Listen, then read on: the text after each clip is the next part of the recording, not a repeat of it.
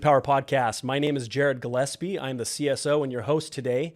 I'm excited about this episode, and this is going to be very applicable. I think this is going to be a major value add to anybody watching today. If you've been in solar for a long time, we're going to see a lot of changes. Today, we're going to be talking about a special technology that you have to learn if you're going to stay relevant in the game. Today on the program, I have Nathan Skousen. He is one of the nation's foremost experts on solar batteries. We're going to be talking to Nate about all sorts of different things, including the technology, the advancements, how to sell it, why it's important, and of course, what is the value to the customer. So stick around. You don't want to miss this episode.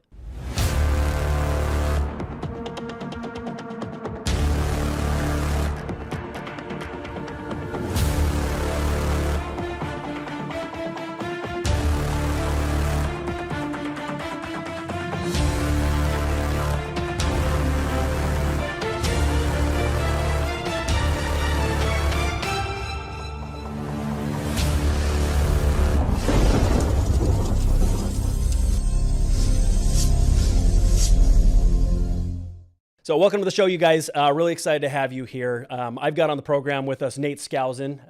Nate has been doing, so how long have you been doing solar, Nate? 11 years. 11 years. It's been a while. I've been doing it for 13 years. I've been doing 11 years as well. I started in 2013. If you've been doing solar for several years, one of the things that you'll kind of agree with is not only do we have the solar coaster, it's been a crazy ride over the last decade, but the technology and the way that we sell solar has changed quite a bit. As more and more utility companies get away from one-to-one, meaning net metering, what's happening is now we're going to a lower buyback, and now we're having to change the strategy of the way that we do solar. A lot of markets, including here in Arizona, we have other things like time of use and demand charges. And so selling solar, we've had to adopt the strategy, the way that we set up the system, the demand management, and now we have new capability to do some pretty special things with battery technology. So I'm excited to talk to you, Nate, and get pick your brain about some of the things that reps can look forward to and that customers can look forward to. Let's just start from the very, very basic here. Can you explain the basic function of a home battery storage system and then how they integrate with solar? Yeah. So to me, when I started solar, I would get the question a lot like, "Oh, so this has batteries, right?" And I would have to explain net metering. And you'd have to explain like, look, we're going to produce all your power for the year. However, obviously half the time the sun's out, half the time it's not. And how do you account for that? Well, we're going to spin your meter backwards and then you get the credits and then you spin the meter forward at night and your credits pay for your usage at night. And yeah, if you use 10,000 and we produce 10,000, you're net zero. You're net zero. So explaining the battery to me is easier than explaining a NEM program. So, hey, your battery just goes is like an off-grid cabin. You know, have you ever wondered how those work? People know, yeah, it works with batteries. So during the day, the solar charges your battery. As the sun's going down, you're living off of solar in the battery. And then through the night, that battery's taking you till sunrise again. And it's a really cool application because it is a whole home product, Solution. right? It is a whole home solution now, whereas solar in the past has been kind of a half and half. Net metering kind of allowed it to be, right? But now that the net metering's gone away and we've got these low buybacks, it's not you don't want to overproduce. People, and it's pitched to them this way: let's break you away from the utility. But the sun's only out half the time, and you're giving them solar panels. You're only giving them half the solution to their problem. Their goal is to break away from the utility.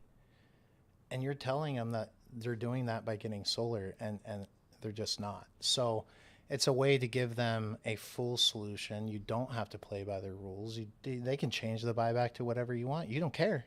They can get rid of the buyback completely. You don't participate in it. So I am actually giving you what you want, which is breaking away from the grid. It's awesome.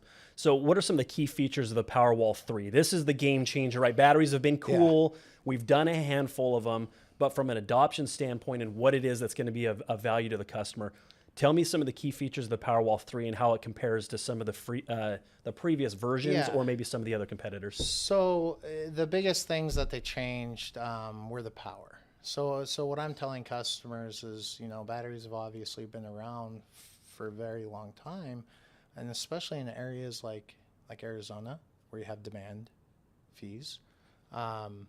These batteries, you would have to get 3, 4, 5 of these batteries to be able to eliminate that peak usage, be able to eliminate usage from 3 air conditioners turning on, and you could do it, but there's also a budget to keep in mind.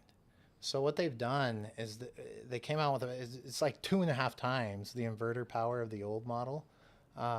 Capacity has never really been an issue. Capacity is relatively cheap. You can get a lot of kilowatt hours for not very much money. The issue is how you manage that power and how much power it can give at any given moment. So once they change that, and then they also change the install, where you don't have to have this huge transfer switch. You don't have to spend a day moving loads over. So they've eliminated, I'd say, $3 to $5 grand off the cost of a battery. And then now I can hit your demand with 1 instead of 2.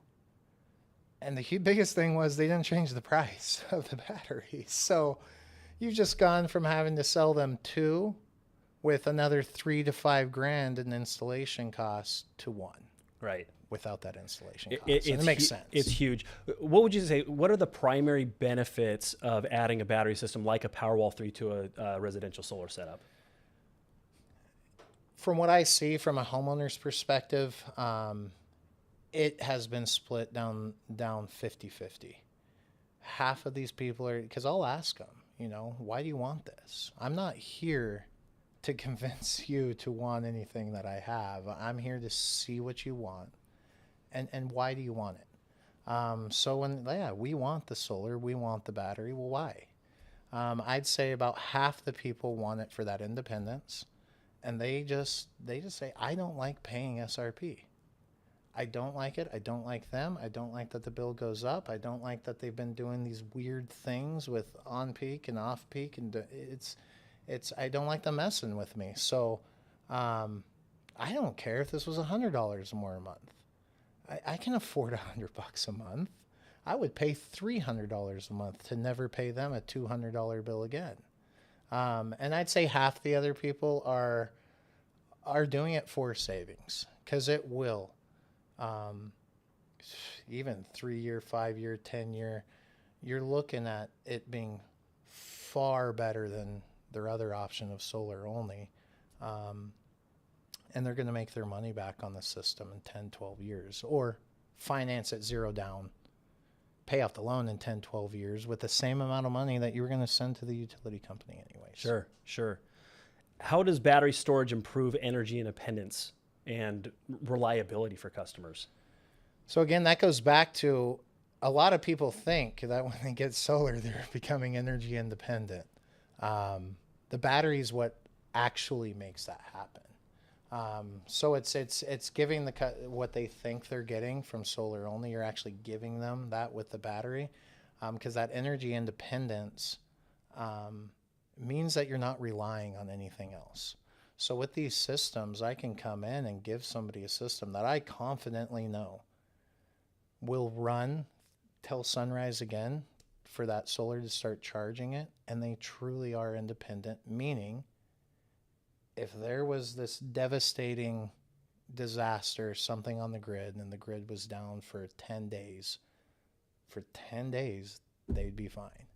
Unless the grid is down because of a 10-day monsoon and your solar's not charging the batteries, and then there's a backup gen for that. You just plug in a gen, turn it on, and charge up your batteries with a little generator. As long as the sun shines, though, you've got power for your house. What's really cool, though, is kind of going back to the capacity of this new battery. Because of the larger inverter, now we're also able to power more than just essential loads. It used to be, it'd be like, okay, well, if the power goes out, we'll keep your refrigerator and freezer going, which is important. We'll keep your circuit on so you can keep having your internet and maybe some TV and a couple lights. But now you've got the ability with the bigger inverter now that we can actually run your AC. Yep, and it is a double-edged sword, because now that you can do it, your capacity is at risk. Sure. Now, but that's fine, because especially if you're dealing with a customer whose goal is energy independence, that's what they want, and this is the price for what you want, and maybe they won't, maybe it's more of a financial better decision for your battery to drain by the end of peak. And maybe doing this system to get you 100% off grid, this Armageddon style, I am independent, I don't need anybody else. Maybe it's a 15-year ROI or 16. It's still going to pay for itself. Sure. Sure. And we'll talk about like that is the cool thing, is saying you are independent of the grid and you can run if the grid were down. But there's also some really cool things that we're doing to take advantage of the current rate plans that are out there, whether you're in California or whether you're in Arizona. The way that the utility rate plans are set up, being able to discharge the battery at specific times, Right. and basically replace really expensive on-peak power with a cheaper rate that you charged your battery with earlier in the day, or maybe in off-peak rates at that, the previous night. Well, now I'm taking what I would have spent 26 cents a kilowatt hour and replacing it with 4-cent power. Yeah. I'm seeing a major savings during those Exactly. afternoon. And then I'm also getting rid of the demand charges on top of that, because my battery and my solar combined are now providing me with all that power. I'm not having to subject myself to those risks from And the this grid. new inverter is actually a big enough inverter to eliminate huge chunks of demand for just one battery. And yeah, it gets into when you build that value of, there's people, I've met them, I'd be driving around the middle of Northern California all the time, where they've been running on a generator for 5 years, 6 years, off grid. So it's just something, it costs money to have electricity, no matter how you look at it. Now, running off of a generator solely is more expensive than even the grid. But if they build that, why does somebody do that? They see value in having electricity. So a lot of these people, they will pay more to have that independence. And then when you use the savings as like icing on the cake, so they already want it. They would already spend more if it didn't save them a dime. And then you say, oh, by the way, I don't know if I mentioned this, but this battery is going to pay for itself because I'm going to switch you over to a rate plan where you're 5 cents during off peak. So anytime you would actually pull from the grid because the battery drained at like 3 in the morning, you're going to be 5 cents anyways. And now I've just eliminated any demand, any peak, any 12-cent charges, any 20-cent charges, any 35-cent charges. I've eliminated everything above 5 cents. Sure. And you can't even buy solar cash for 75% off and get it for 5 cents a kilowatt hour. So it's cheaper than charging your battery with solar. Yeah. So once they find out, wait, I can get something I was going to pay more for and it will pay for itself. Not only that, but save me money. It becomes something they want. Not will it save me money? Will it not? Their only expectation is not savings. Their expectation is independence. Sure. You're going to give them that unless it's broken or doesn't work, whatever, truck roll, you'll get it fixed. But it's the only way you can guarantee that they are getting their expectation, because you will give them energy independence. So let's talk about kind of market demand. Where do you see the demand for batteries as we move forward? In Arizona, in places like Hawaii, California, I mean, in a lot of places, it's just solar and batteries. It's going to be 100% adoption rate. I mean, Hawaii already is. California is pretty much there. Arizona's a little bit different. In the sense that if I get a battery in California, I can't charge it for 5 cents. My cheapest rate to charge that battery is more expensive than the cost of solar. In Arizona, if my customer if their number one goal is savings, they don't care about energy independence. They don't care about anything else besides saving money. Arizona's got a very unique future for batteries, because I can go in, I can say, look, I can give you this battery, I can switch you to a plan where you get to buy your power for 5 cents, which is unheard of. That's cheaper than the guy who owns Q-Cell can get solar for. What is it? It's like APS's costs. So you're gonna go from paying 12 cents, 20 cents, 30, whatever plans there are, averaging 16, 17 cents, to now you're gonna pay 5 cents for all of your power, because what this battery will do is disconnect you from the grid. Let's say their peak hours are 3, whatever they are, 3 to 7. You're not going to be attached to the grid from 3 to 7. You're not going to use any power. So you've gone from paying 16 cents for all your power to paying 5 cents for all your power. So Arizona is unique where that battery can save the money all on its own by charging from the grid. Now, the reason why people get solar for 13, 14 cents and charge it with solar, it's not going to be 5.5 cents forever. Yes, over 15, 16, 20 years, you're going to average way more than 13 cents charging that battery from the grid. So the solar is to protect your investment in that battery.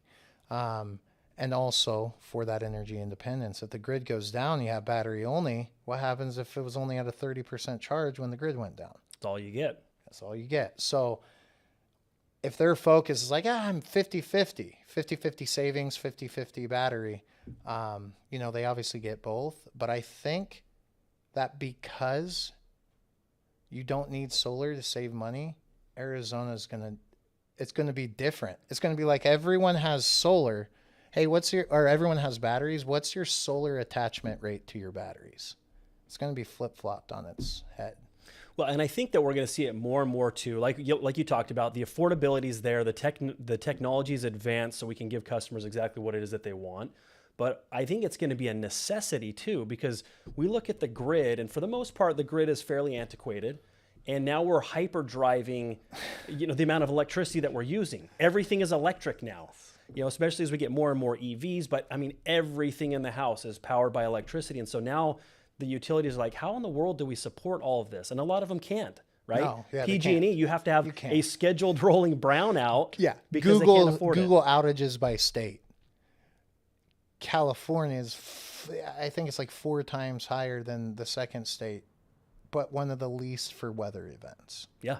It's just because they have to turn off their grid. They don't have enough electricity to go around. And so solar becomes such an important option. One, it actually does help the utility quite a bit, but especially these batteries, because now the batteries can kick in and power these homes, these buildings, and all this extra added power where the utility wasn't otherwise able to do that. Right. And a lot of them, now you see the utilities giving some pretty good incentives to homeowners. Yes. Just to help alleviate the stress that they're trying to compensate for. California, they're going to let you discharge your battery for like $2.50 a kilowatt hour to the grid. It's insane. That's how much they want people. They need it. That's basically how they're giving you a rebate, right? Like, hey, we're not going to give you a $3,000 rebate to install a battery, but we'll let you sell it to us, and we'll pay you like 5 times market price for it. Yeah. It's their rebate. Something similar may happen in Arizona. Well, you think about Arizona, you got so much influx, people moving in, and that demand goes up very, very quickly. There's one of two things they can do. It's either they penalize you, which we already have those kind of rate plans already with the time of use. You have certain hours where they're going to charge you 2, 3, 4 times as much as you'd otherwise pay in the off-peak hours. Or they force you to even go worse and do these demand charges, which you can't even anticipate. And now your bill is just astronomically high. And so the utility has no choice. It's either we have to, if we can't keep up with the demand and continue to build out our grid, which is going to cost money anyway, and everybody's prices get jacked up. If we don't do that, which we have to, the only other way that we can try to suppress your usage is just by penalizing you more. So in either scenario, having a battery in Arizona is the smartest thing that a homeowner can do if they're trying to be independent and if they're trying to control their costs and be predictable moving forward. Otherwise, It's just like, who knows what's going to happen? Absolutely. And that's why, because when I'm explaining to these customers, like, look, you can charge the battery at 15 cents. That's fine. They want to break. They're like, no, I want the solar I want to be more independent. Like, it's still saving, whatever. Cut into my savings with the cost of the solar is still saving me money. I'm buying the solar with the savings that the battery is giving me so I can become independent with this full system. Now, when we talk about batteries, there used to be some limitations. We've touched on it. Smaller inverters mean less power output, which means we're not able to necessarily drive the appliances and the things that we want. Or smaller inverters mean you're not necessarily able to capture all your PV that's being produced because it can only charge at so much. So I've been to appointments with people with batteries. It's like they don't even have batteries because it's not even sized properly. And it's like, great, the battery's doing like a little bit of what you want it to do, but you're overpowering it during the charge and still sending it to the grid. And then it's not enough to discharge during peak hours, so you're still pulling, and that's what this 2.5 times bigger inverter solves a lot of that. Yeah. On the flip side of that is make sure we still, if the promise is, or if the pitch is, you're going to be able to be energy independent if the grid goes down, you do need to have enough solar to get that inverter actually going, right? Absolutely. I've seen, some of the jobs that have come through that we've had to kick back to the reps and kind of clarify with training is like, you have to have a big enough system that's going to produce the voltage that will activate that battery. And customers understand that. And then, it's about talking to the customer. And it's like, hey, do you want a big enough system to be able to charge you if the power goes out in the summer? Or do you want a big enough system to charge you no matter when it goes out? Because then you're going to need a little bit bigger, because what happens if it goes out in the winter when you're producing, 30-40% less at any given moment? And people will, I want the battery that I can be independent, because you're flipping it on its head from like, oh, you might see some savings, you might not, but if you do your laundry at the wrong time, it will cost you your last 3 years of to things that they want and things that make the whole thing more valuable. So do you want solar with this battery? So like, let's say the grid goes down now. You'd be fine now, but maybe not if it went down in January. No, I want the one. And half people say, no, summer's fine. If it goes down in the winter, I'll be okay. And half the people are like, no, so you got to give them options and get them excited about it. Now, what about for the customers? Because we've in the past, we've almost talked people out of batteries. We've said, oh, it's too expensive. It's not going to be able to do what you want it to do. But now it's like the capacity's there. It's like you need a battery. But we're going to be facing customers who say, well, I'll wait until it gets more advanced. That capacity's bigger. That pricing comes down or whatever. What's your response to a customer who wants to wait and see what happens with the technology? Right. So, just like it's kind of the same thing. Like, oh, I'm going to wait till the technology of solar gets better. It's like, I can produce 300% of your usage with this roof. What are you waiting for? Like, it's already there. So if that battery can already produce their demand at any given moment, it can already pull them through peak, and maybe multiple batteries can pull them through sunrise. Well, what are you waiting to change? Like, this battery can pull you through. Like, I can do a system that can get you through like 2-3 days of no sun. So what are you and they're not able to really give me an answer. Well, what if prices come down though? I want to wait till prices get cheaper. So battery prices have come way down. So I won't disagree with that, and they will continue to go down. That's the price of the battery. This is like 80% computer, 20% battery. Transfer, conduit. I mean, you got so much other stuff than the battery. All the other stuff in this battery are stuff that they find to make it add features, to make it better. Oh, now it can discharge now. Oh, now it will only charge your EV when the sun's out. So so they keep adding software and they keep adding things to make it more valuable, which makes it more expensive. Sure. And then on top of that, all the other parts of the battery is the permit, the labor, the copper, the wire, the conduit. Will labor be cheaper 5 years from now than it is today? For sure not. Well, so out of the whole, and you're also not buying a battery. You're buying a battery install with a workmanship warranty. So you're buying a battery, a manufacturer's warranty, an installer's warranty. Mm-hmm. So yes, the price of lithium batteries are going down. The price of lithium batteries accounts for about 15% of the cost of a battery install. So if 80 to 85% of the costs are going up every year, and 10%, even if batteries got cut in half, the battery install is still going to be more expensive the next year. Batteries are a very small portion of what I'm talking about. The actual battery. Yeah. The price will be driven by the utility cost. Yeah. It's not going to be driven by the cost of production. Right. The price to the utility, or excuse me, the price to the installer might be based on cost of production. Yeah, so their profit margins may get bigger, and they could actually make money one day. But it's and customers understand this. When you break it down like that, they're like, yeah, you're right. The more I wait, the higher it's going to be. So let's talk more about NEM metering and how it affects solar customers. We touched on in the beginning that we used to have this awesome thing called net metering, and now that's changed to a buyback. How do recent changes in NEM policies impact the value proposition for solar by itself compared to doing solar plus battery? And guys, you know, if you're in the industry, you may still be in a market that has a one-to-one buyback, or maybe even to have net metering, which is fantastic. But I'm telling you, it's going to change. It started in Arizona, then it went to Nevada, now it's in California. You know. And even if you did have a one-for-one buyback, you have to compare apples to apples, right? So when you're comparing, let's say we were in a place with one-to-one buyback, and I was trying to sell them solar. Comparing apples to apples, right? If he uses 10,000, I'm going to show him a system that produces 10,000. I'm going to compare apples to apples. However, if I'm showing him a system that makes him energy independent, that protects his family during outages, that does all of that, I'm not comparing apples to apples anymore. So I need to compare his cost of the utility, plus the cost of like an $18,000 generator, plus the cost of about $500 a year to run that generator. Those costs, plus my system with a battery, are cheaper. So it's still financially cheaper, even in a one-for-one NEM, to compare apples to apples. The problem is people compare solar with a battery to grid only. It's not fair.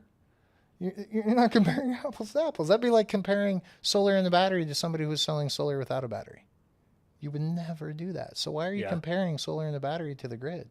That's really dumb for you. You need to compare it to the grid, plus the generator, plus maintenance on the generator, plus fuel on the generator, plus oil, plus... That's what you're comparing to, because that's your apples to apples. But the NEM policies, the more they change the NEM, so we've always kind of said, when I started solar, the NEM, I explain it as a free battery. The utility company's your battery. Why would you go buy a battery? You give it to them, they give you the credit, they are your free battery, and the power never goes out. Those days ended like years and years and years. There's people who have been in the industry a long time who have never heard of a one-for-one NEM. So that ended a long time ago. So with these NEM plans, they're no longer, it's just, you can't explain them as a free battery anymore. You can absolutely explain them as a battery. Not in the sense that it helps you when the power goes out, but in the sense that that's what you're doing with your power. However, now it's a battery that costs money. So going solar, now you always have the cost of a battery, no matter what. The battery's either going to be the grid, they're going to have a cost, they're going to do, and the way that they make their costs is by giving you a lower credit than what they charge you. The cost is the difference, right? And then the cost is demand fees. The cost is... And what are they giving you? They're giving you a place to store that energy, aka a battery. You are paying for a battery when you go solar only. You're just paying for it through the grid without getting the benefit of actually having a battery. Well, you're still selling back that extra power rather than you storing it yourself. Yeah, right. You're still selling giving it back to the grid now at a loss though. So why not keep it? You're paying for it. So if you're giving it to someone at a loss, you paid them. Exactly. So you're paying them to be your battery. Or you can just buy your own battery. So the same way you sell solar. Look, it's not like you're paying $0 for electricity. I'm just saying, instead of paying the utility, pay this. Now you can take it one step further and say, look, I'm sorry, you should have got solar, when I knocked your door 5 years ago and then won. But you don't have it now. The grid's no longer a free battery. So we got to go solar. And we got to pay for the battery. How are we going to do that? Are we going to do it with the grid, which will be probably cheaper in the first 5 years, but you're not going to have backup? Or we can do it with the battery, give you backup, maybe more expensive for the first 5 years, but every year after that, it'll be cheaper, and you've had backup the whole time. So that's how I explain unfair NIMs. I explain them as the grid's a battery, and you got to pay for a battery, or a battery's a battery, and you pay for a battery. So they have to make either the your choice. battery or theirs, Yeah, right? you don't. And if you own it, you're getting the tax credit, Yeah. right? That's the You're other getting cool the thing. backup. You're getting. There's a lot more benefit to it. So let's talk about kind of some practical considerations from an install and maintenance standpoint. If I'm a customer considering a battery, what do I need to think about when, from an installation side of it and maybe a maintenance side? What are some things that I need to be aware of? So I always tell people, maintenance side, make sure your app's running and check your app. Do not count on your installer to say like, hey, your system's down. We need to come out and see what it is. If you see that something's down or see that something's wrong, just call your installer. And what's really cool about those apps, you can see It's going to have an alert. it's like a gas tank though, right? It shows you how full your battery is. It shows you at what rate it's discharging. It shows when it's discharging. And Tesla, if you're doing the Powerwall 3, the tech on that's so cool because you can program it to charge and discharge when you want, how much you want it to discharge. It's awesome. Their app is amazing. So the maintenance, just look at your app once a week at least and make sure you have no flags in there. They're going to flag something if something's not working properly. You just click the button to call your installer and say, hey, I have this weird thing. What's going on? What does a typical battery installation look like? Very simply put, how much room do we need? How much equipment is there? What does it weigh? Give me kind of paint a picture. If I'm like, all right, I want to add one, but where does this even go? So we're gonna want to put it on the end. So most houses, the main panel is going to be like on the garage wall for most homes. So we're gonna want it to be on the other side of that panel. That's the best spot for us. That's like us being selfish about it. But whatever the customer wants, they may have to pay for it if it's going to be run across the house. You just got to remember that it's a 300-pound battery, Yeah. and if it's going to be on the wall, you've got to have. They're fine with it where it goes. There's power. They're like 7.5 inches deep. So the return wall is that wall where your garage goes down. So as long as it doesn't stick out further than that, you don't have to put in like posts or anything weird with your install to make the AHJ happy. So just right there, these power walls, they're like 23 inches wide, 43 inches tall. So typically you can, like a big house, to take like a nice big user basically off grid, like 4 of them, you need like 10 feet of wall space. So that would be like the biggest install, 10, 12 feet of wall space. And then just down from there. For system integration, how do battery storage systems integrate with existing solar setups? I've got solar, and now I'm hearing about batteries. I want to get one. Are there any compatibility issues that homeowners need to be aware of? So for me, when I was learning about all this, I guess in my head, I always thought that solar's connected to the battery and like the power's traveling through the main panel and then traveling to charge the battery and then going to the grid. It doesn't really work like that. So it's basically compatible with all PVs. It could be PV, it could be a windmill, it could be a diesel generator, it could be anything producing power. So what we do is you put what's called a CT on whatever the thing. This is where we're going to get technical, guys. So if I'm talking to a customer, I'd say we put a little measuring thing on the wire. This lets us measure whatever is producing power. It doesn't matter what it is. It can be a windmill, but it's going to be your solar. So we measure whatever's producing power. This battery is also measuring what's going to the grid and what you're taking from the grid. So it knows these two numbers.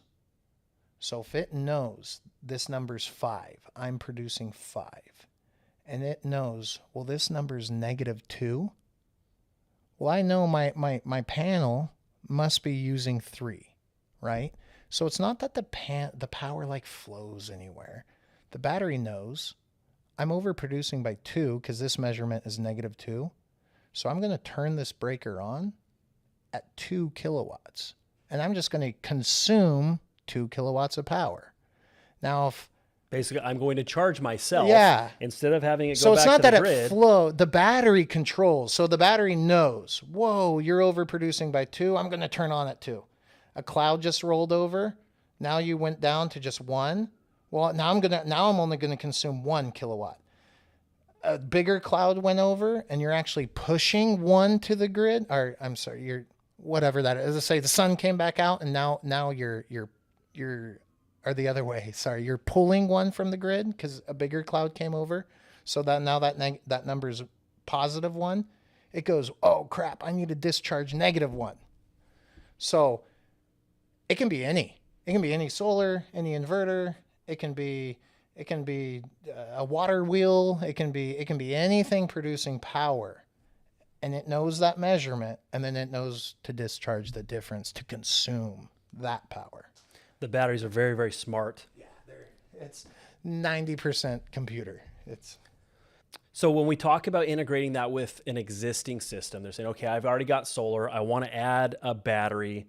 Is that just a plug and play thing? Or, I mean, how difficult is that to do to hook it up to an existing system? That's what Tesla has changed. It is with an existing system, there is typically more work. It's an update thing with Tesla, so it will be plug and play. Right now, you got to build a loads panel, but a little bit more work on existing solar for now.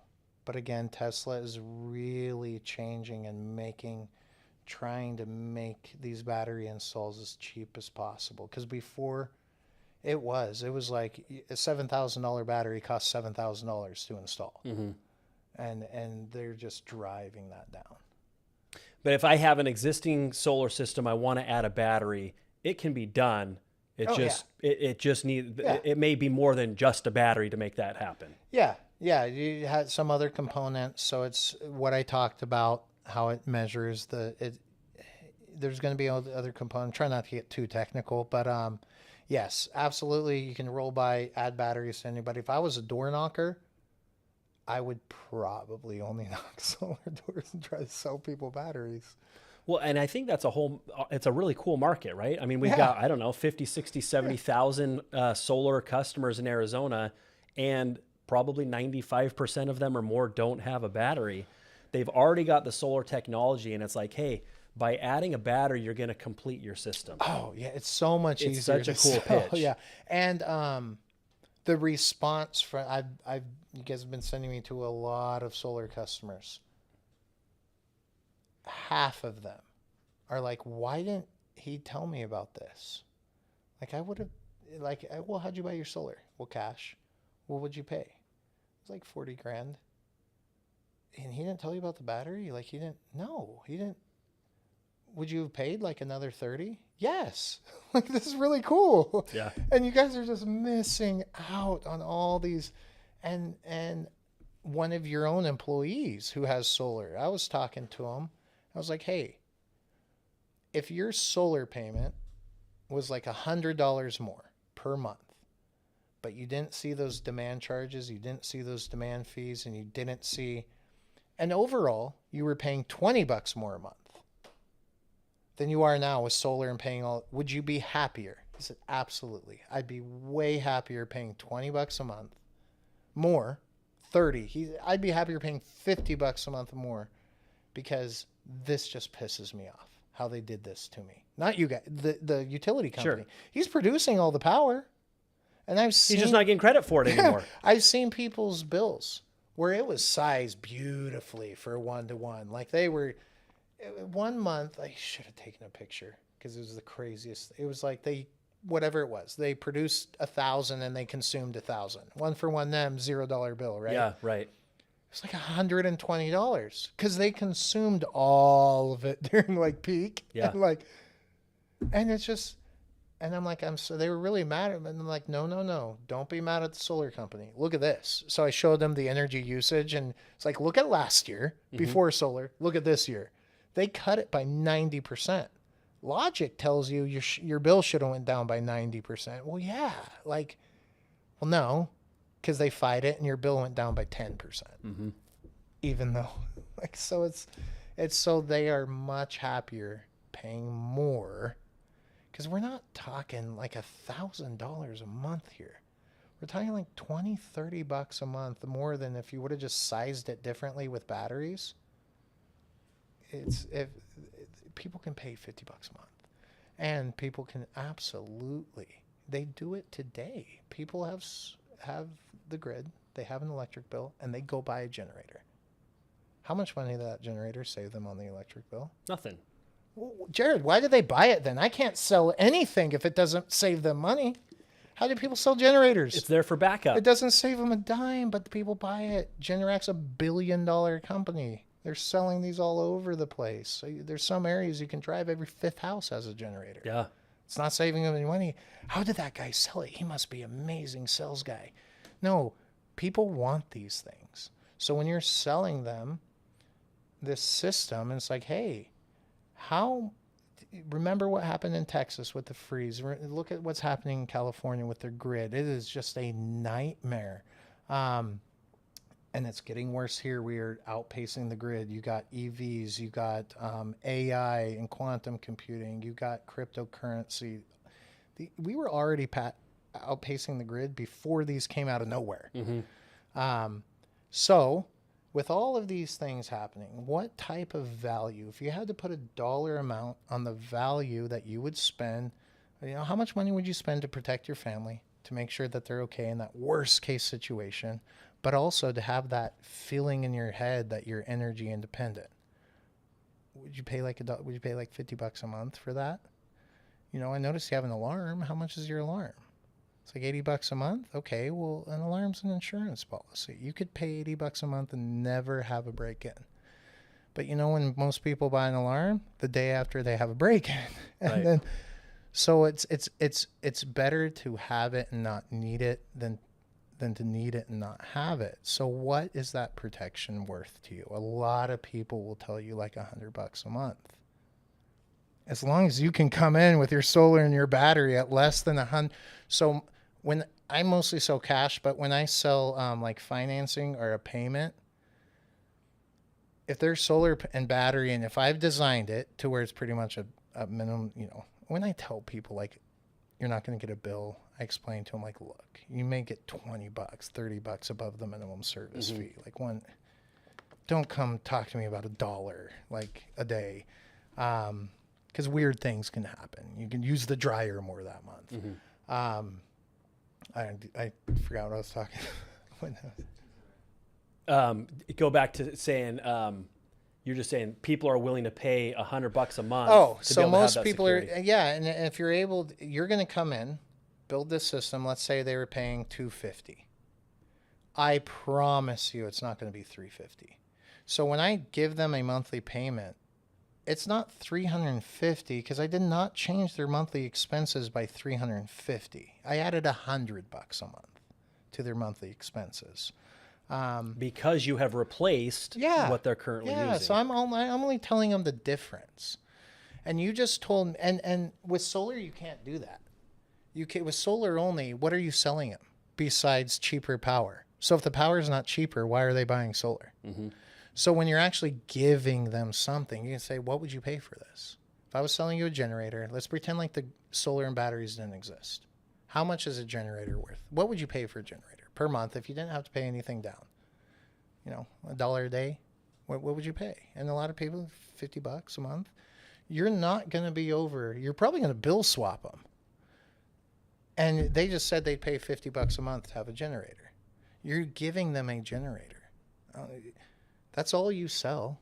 You sell diesel generators, gas generators, liquid propane generators, natural gas generators. You sell solar generators and battery generators. That's all we sell is generators. So if you're just like, hey, what's a generator worth to you? And yeah, a lot of people say between $50 and $100. Bingo. That's all you have to do. And the cool thing about this kind of generator, going back to what we were talking about, is that you can tell it when you want to discharge. Yeah. And so you have it discharge Yeah. during those obnoxious peak. Yeah, it's way better peak hours. than a generator. Yeah. It's Lasts more hours too Sure. with these new LFP batteries. So pretty incredible. All right.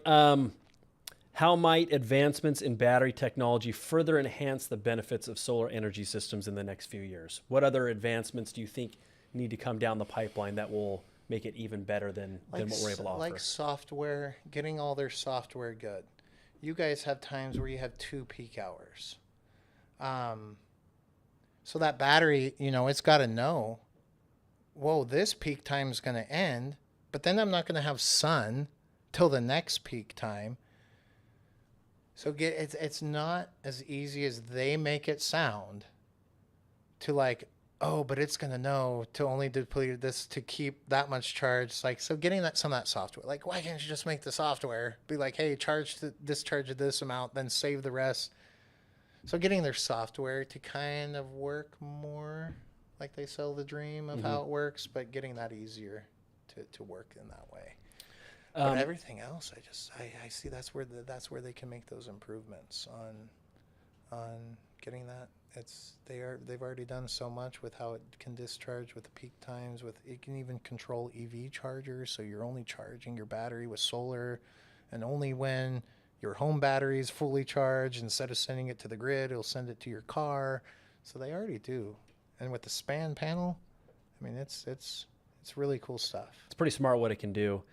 So what advice would you give to a customer who's on the fence about adding a battery, either by itself or with a solar system? So when they're on the fence, I go back to, let's pretend solar was never invented. Let's pretend batteries were never invented. But the grid was. And power outages were a real thing. And generators are a real thing that people sell. Do you see value in a generator? Would you ever in a million years buy a generator? Half the people tell me yes, half the people tell me no. If they tell me no, then my value in the battery, then it only comes back to savings, because they don't see value in the other thing that it does, which is the protection. And when they only see value in the savings, that's when it gets harder to really get them to want it. Now they're being more analytical. Is it going to save me money? Will I move before it saves me money? But if they see that value in the protection, then I definitely have them do the battery. Honestly, the people who don't, those are the half that I don't close. I don't want to talk anyone into it. So I just flat out ask them, do you see value in it? If anything that I talked about, having that protection, having that independence, being able to control your price, if all of that, if you're just like, no, I am not interested in any of this, man, then yeah, it was great to meet you. Like, call me if you are. But if as I've been talking, you're like, yeah, I'd love to have that. How much does this cost? Can I afford it? And then let's talk about your budget. Let's talk about what can you afford? Can you afford $30 a month? Okay, cool. I'll make sure it's not more than $30 than you're paying. And then if they can't afford it, then I don't want to sell someone something they can't afford. So I'm just getting them to want my product, and I will be the best person to help you get that product. I'm not here to be the best person to talk you into it. There's other people that are way better than that than I am. It's like if I sold swimming pools. I don't want to go over to somebody's house who doesn't want a swimming pool. I want to go over to somebody's house who wants to talk about a swimming pool, and I'm going to tell them I'm going to be the best person to design them the coolest pool, give them exactly what they want.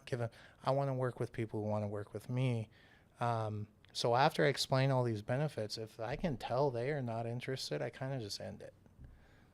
If I can tell they've been picking up asking, oh, that's cool, like show me, what's that one do? Then talking about, can you afford it? And then it's not something that they were pushed into.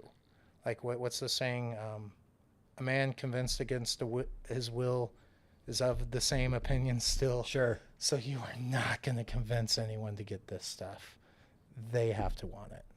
And it's super cool. So just talk about how cool it is. Half the people want it, half the people don't. It's an education piece, right? As we've kind of discussed today, it's like The benefits of a battery are there when people understand the situation that they're currently in. Yeah. We sell the problem, the solution makes natural sense. The problem is right now you're in a situation where you have to buy power at a certain rate, at a certain time, or have a penalty if you buy it during that certain time. And that rate is only going to go up, and the stress on the grid is only going to get worse, which is going to continue to drive it up. So that's where you're currently at. We're going to give you a solution that allows you to provide your own power, give you energy independence if the grid goes down, and allow you to replace expensive power with cheaper power. Right. It's just a better way of doing things. And I think, like you said, if people kind of, if they're educated and they understand how that works, you ask that question, how much would you be willing to pay for a solution that makes it so you don't have to worry about this, and this? Yeah. Well, that tells you what your price point is already. Yeah, and how much can you pay? How much can you afford? Well, if you can kind of tell what they can afford, and yeah, it's all about that value that they see in it. And a lot of people see huge amounts of value in the batteries, and like you said, you're telling them what the problem is. And honestly, half the people don't think it's a problem. They have other problems that they're worried about. They're remodeling their house, their kids, and those are the half that don't close. Those are the ones that you just kind of, you don't want to work with those people. Then the other half will be interested in what you're talking about. And those are the ones, okay, let's start discussing what you want. I'm here to fix problems, and if we go solar only, we're going to open up a whole new box of problems. If we go battery only, it's going to save you the most money, but how are you protecting yourself against price increases? How are you protecting yourself against worst case scenario, big disasters, long outages, cyber attack on the grid? You need both of them. You really do. And there's your whole home solution. Yeah. So guys, hopefully you got some stuff out of this. Stick around with part 2. We're going to be doing a role play, and Nate's going to show you how he sells it. I will be his customer, and you guys will be able to see what it looks like to actually present battery. We understand this is new for most of you, so you can kind of watch this and use this to formulate your own solar battery presentations. We appreciate you guys listening, and we'll see you for part 2 in just a few minutes.